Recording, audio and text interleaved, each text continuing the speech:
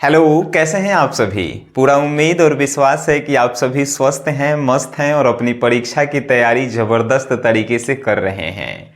तो आज हम लोग जो है लेकर आए हैं क्लास 12th के आर्ट्स वालों के लिए हिस्ट्री का सब्जेक्ट है। और ये जो है हिस्ट्री में जो है लगभग 30 क्वेश्चन जो हैं, और आज की क्लास में हम 15 क्वेश्चन करेंगे, नेक्स्ट क्लास में जो है 15 क्वेश्चन करेंगे।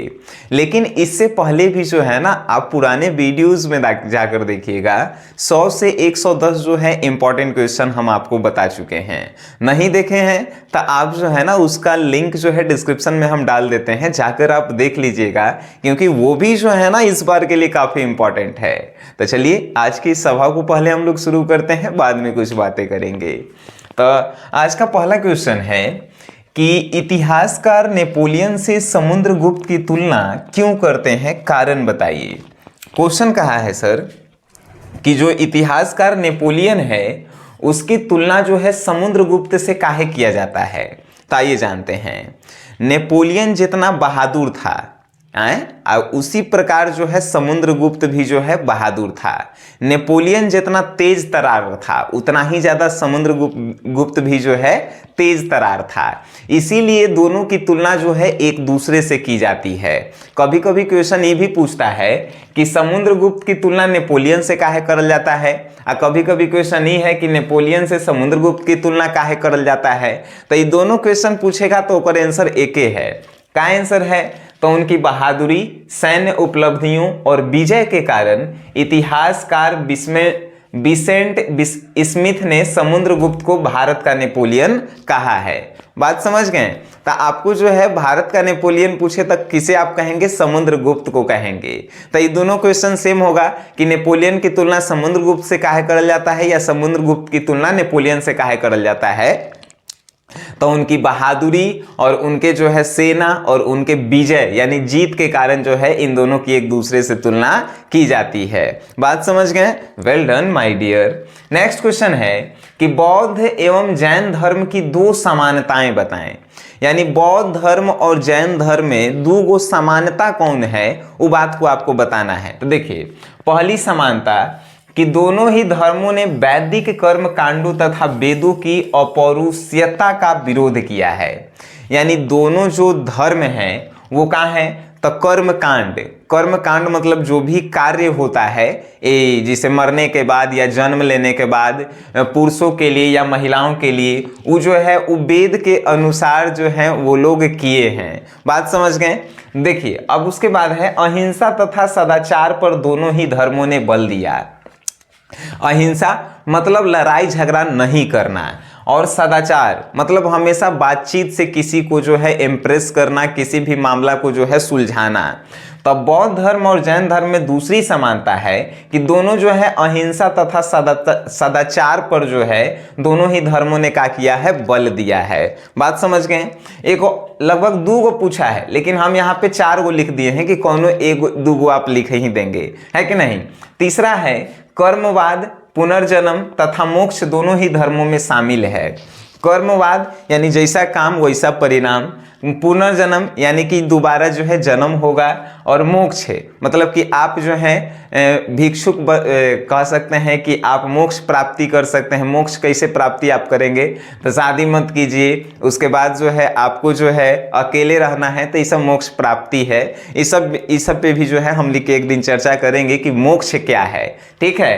तो ये जो है दोनों धर्मों में होता है। चौथा है कि दोनों धर्मों में प्रचार प्रसार के लिए भिक्षु संघों की स्थापना पर बल दिया गया।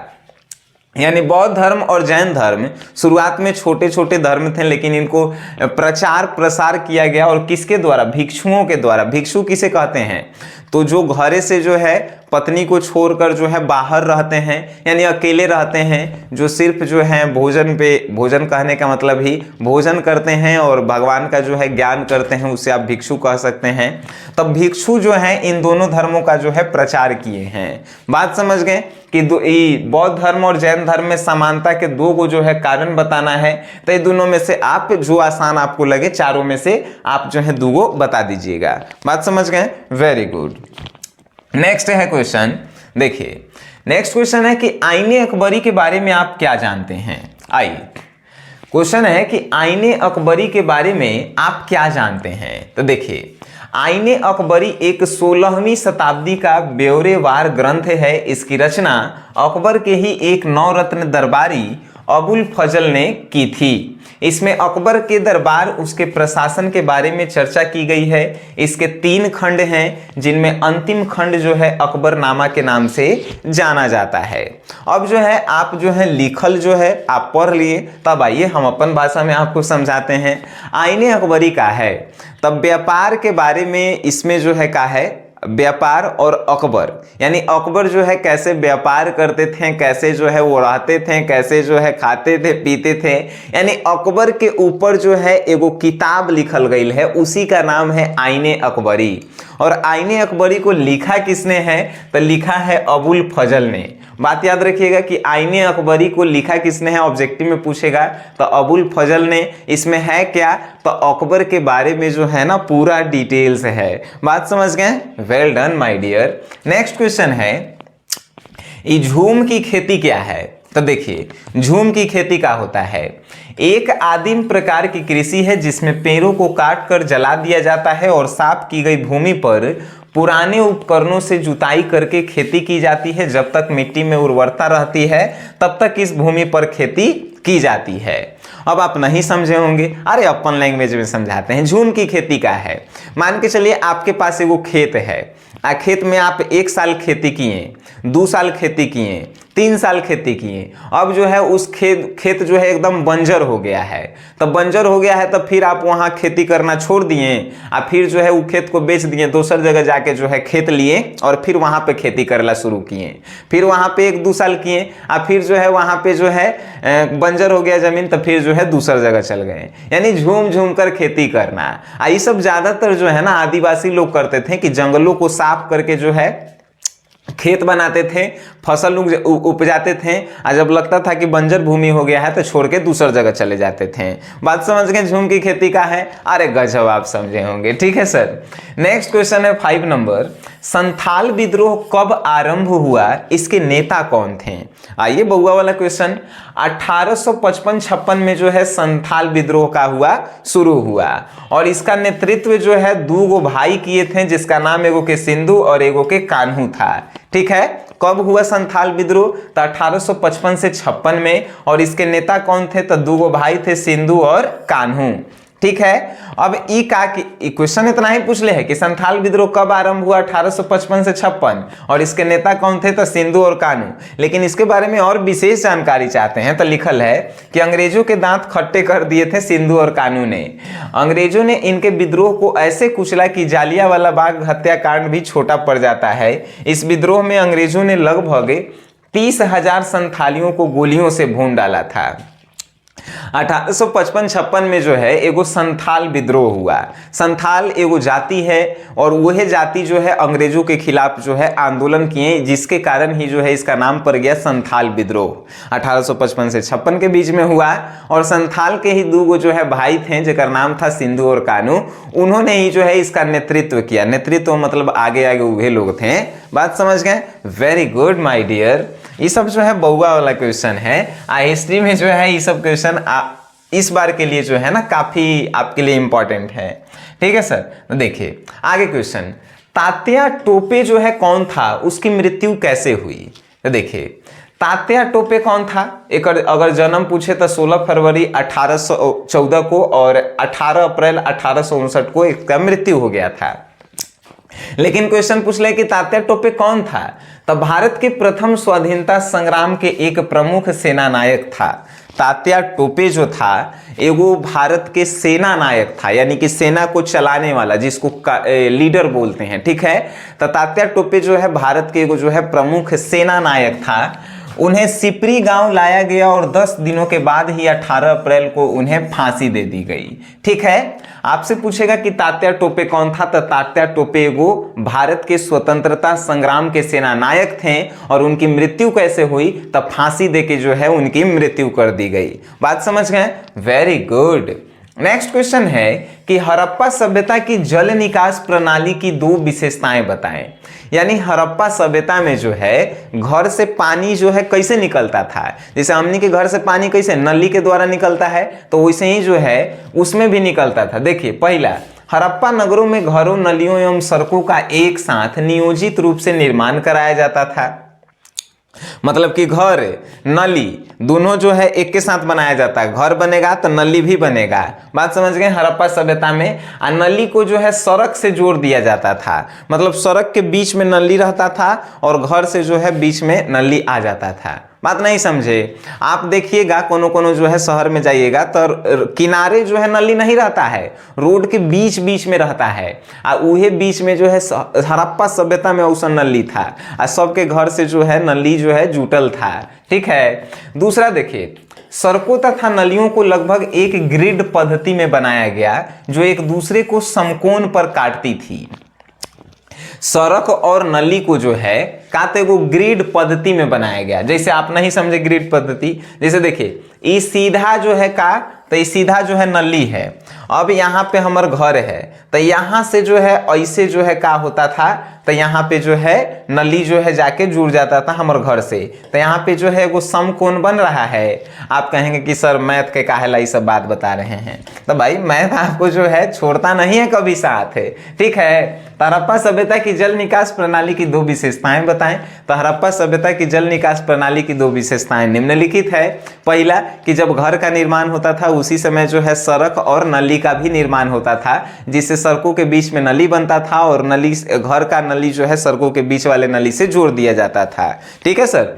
और दूसरा है प्रत्येक घर में जो है स्नानागार की उपस्थिति थी। यानी कि प्रत्येक घर में ये जो है स्विमिंग पूल था। स्नानागार मतलब कि प्रत्येक घर में हड़प्पा सभ्यता में जो है स्नानागार था, मतलब नहाए वाला जो है स्विमिंग पूल था, आप कह सकते हैं। घरों की नालियों को गली की नालियों से जोड़ा गया जो बाद में बड़े नालों में मिल जाती थी। घर के नाली को जो है छोटा नाली से पहले जोड़ा गया और छोटा नाली जो है जाके बड़ा नाली से जुड़ गया। बात समझ गए? हड़प्पा सभ्यता में जल कैसे निकलता था बाहर? हमनी के तो रोडे पे बहा देते हैं, नहीं तो ये गलत काम है। हड़प्पा सभ्यता बताइए उस समय जो है नली की व्यवस्था था, अब जो है आप रोडे पे पानी बहा देते हैं, गलत काम है सर। नेक्स्ट क्वेश्चन आइए आते हैं सर, कार्बन 14 विधि क्या है बताइए। तो देखिए कार्बन 14 विधि का है तो रेडियो कार्बन डेंटिंग जंतुओं एवं पौधों के प्राप्त अवशेषों की आयु निर्धारण करने की विधि है। आप तो नहीं समझे होंगे।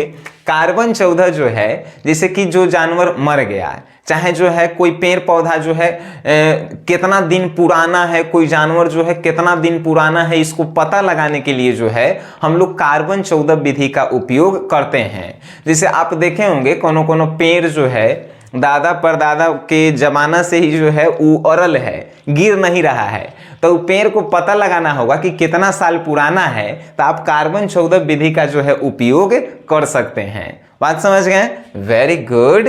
नेक्स्ट क्वेश्चन जो है आपके स्क्रीन पे हम लाते हैं सर। ये सब क्वेश्चन जो है बउआ वाला है, आपको हम पहले भी पढ़ा चुके हैं। ठीक है। क्वेश्चन है लोथल कहाँ है? इतिहास अध्ययन में इस स्थान का क्या महत्व है? लोथल कहाँ है और जब आप इतिहास पढ़ेंगे तो इसका क्या महत्व है इस स्थान का। तो आइए आपको बता देते हैं सर कि लोथल कहाँ है। चलिए बउआ वाला क्वेश्चन, प्राचीन सिंधु घाटी सभ्यता के शहरों में एक बहुत ही महत्वपूर्ण बंदरगाह शहर है। लगभग 2400 ईसा पूर्व पुराना यह शहर भारत के राज्य गुजरात के भाल क्षेत्र में स्थित है और इसकी खोज सन 1954 में हुई थी। भारतीय पुरातत्व सर्वेक्षण ने इस शहर की खुदाई 13 फरवरी 1955 से लेकर 19 मई 1956 के मध्य की थी। अब जो है आप कहेंगे सर हमारा तो लिखल का समझे में नहीं आता है, आप बोलते हैं वही समझ में आता है, तो आइए हम समझा देते हैं। लोथल जो है एगो बंदरगाह है जो कहाँ स्थित है? तब गुजरात में स्थित है। गुजरात के मुख्यमंत्री कौन है? कमेंट बॉक्स में बता देना है। ठीक है। तो लोथल कहाँ है? गुजरात में है। इसका इतिहास अध्ययन में काहे जो है महत्व दिया जाता है? तो इतिहास के जब आप पढ़ेंगे तो लोथल स्थान का इसलिए महत्व दिया जाता है क्योंकि लोथल के जब खुदाई होता है तो वहां से जो है पुराने पुराने चीज मिलते हैं जो इतिहास के बारे में बताते हैं। इसीलिए जो है इतिहास अध्ययन में लोथल जो है महत्वपूर्ण है। बात समझ गए? Very good my dear. Next question है देखो नेक्स्ट क्वेश्चन भी जो है बउआ वाला है। विश्व में 7 आश्चर्यों के नाम बताएं। 7 आश्चर्य कहने का मतलब कि ऐसन ऐसन जेकरा देख के जो है आप आश्चर्यचकित हो जाए। आश्चर्यचकित मतलब कि आपको जो है झांई आ जाए, समझे। तो देखिए गीजा का महान पिरामिड, गीजा का महान पिरामिड जो है वो आश्चर्य है, जो आप देखेंगे ना सर तो आपको जो है होश उड़ जाएंगे। बेबीलोन का हैंगिंग गार्डन, बेबीलोन का हैंगिंग गार्डन भी है। ओलंपिया का ज्यूस मूर्त, आर्टेमिस का मंदिर इफिसस में, और मैस्लोसस का मैसोलियम, हेलिकैर्नेसस, रहोडस का कोलोलोसस, एलेक्जेंड्रिया का लाइट हाउस है। अब जो है आप कहेंगे सर ये सब तो ऐसा नाम है कि हमरा तो याद नहीं हुई, तो ये जो है आपको नाम जो है ये गूगल पे मिलेगा, लेकिन जो है ना हम आपको नोट्स में जो है दिए हुए हैं, जैसे कि ताजमहल, भारत के ताजमहल, कुतुब मीनार, ये सभी जो है ना ये सभी जो है आश्चर्यों के नाम में जो है शामिल हैं। तो ये सब भी आप याद कर सकते हैं। बउआ वाला जो है हम लिख दिए हैं जो आसान आसान है नोट्स में, ठीक है सर। आइए नेक्स्ट क्वेश्चन जो है आपके स्क्रीन पे है। मुगल दरबार में अभिवादन के तरीके क्या थे? बउआ वाला क्वेश्चन, यानी मुगल के दरबार में जो है प्रणाम करे के कौन कौन तरीका था। अभिवादन मतलब प्रणाम करे के कौन कौन तरीका था, तो आइए आपको बताते हैं। देखिए अभिवादन का उच्चतम रूप सिजदा या दंडवत लेटना था।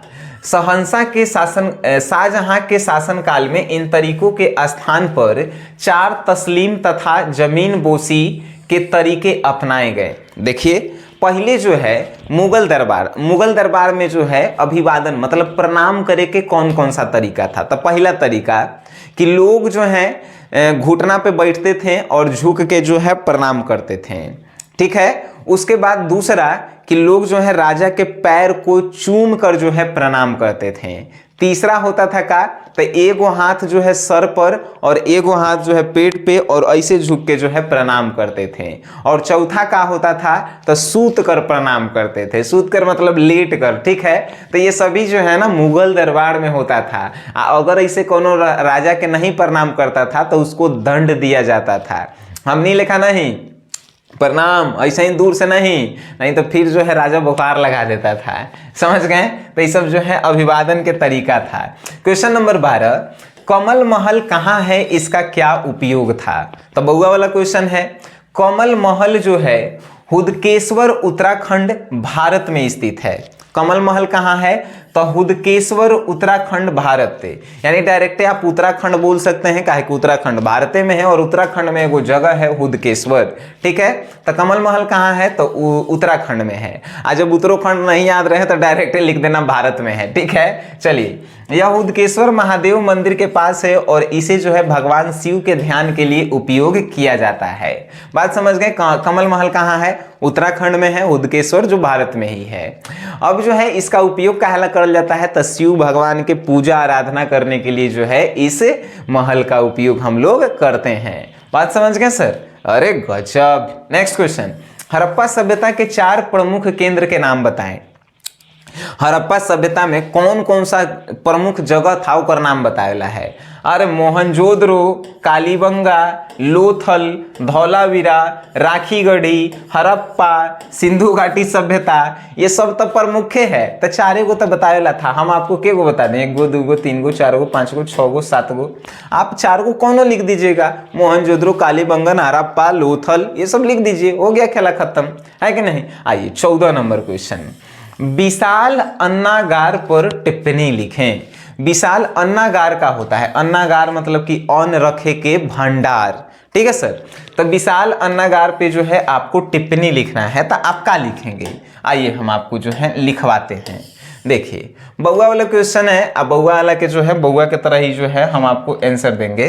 देखिए हड़प्पा के सबसे बड़े भवन को विशाल अन्नागार नाम दिया गया। वह जो है का तो हिंदी में लिखल है 100 जो है 167 फीट लंबा और 200 कितना, तो 239 फीट जो है चौड़ा था, तथा 2 भागों में बटा हुआ है। बीच में जो है 23 फीट चौड़ा रास्ता है। प्रत्येक खंड में 6 हॉल हैं जिनके बीच 5 गलियारे हैं। ठीक है सर। अब जो है आप कहेंगे कि सर हम समझे नहीं। जैसे देखिए हमनी के घर में भी जो है एगो घर होता है जेकरा में अनाज, आटा, चावल, मकई जो भी है हमनी के घर के वो सब रखल रहता है। तो क्या होता था कि हड़प्पा सभ्यता में भी ऐसा था।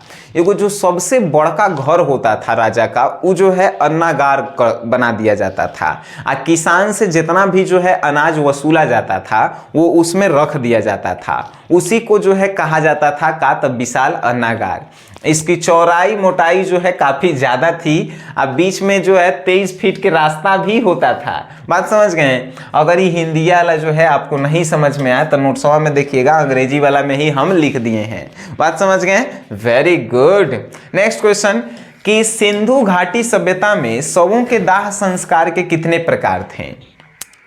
यानी सिंधु घाटी सभ्यता में जो है जो कोई आदमी मर जाता था तो उसके दाह संस्कार जो है कितने प्रकार से किए जाते थे। बउआ वाला बात। तो सिंधु घाटी सभ्यता में मुख्यतः 3 तरह से मृतक संस्कार करने की प्रथा थी। पहला, मृतक के शरीर को ज्यों का त्यों पृथ्वी में गाड़ देना। यानी सिंधु घाटी सभ्यता में अगर कोई मर जाता है तो उसका दाह संस्कार कैसे।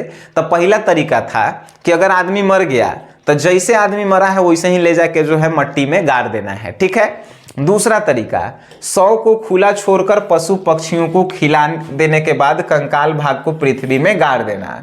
दूसरा तरीका था कि कोई आदमी मर जाता था तो ओकर शव को जो है खुला जगह पे छोड़ दिया जाता था।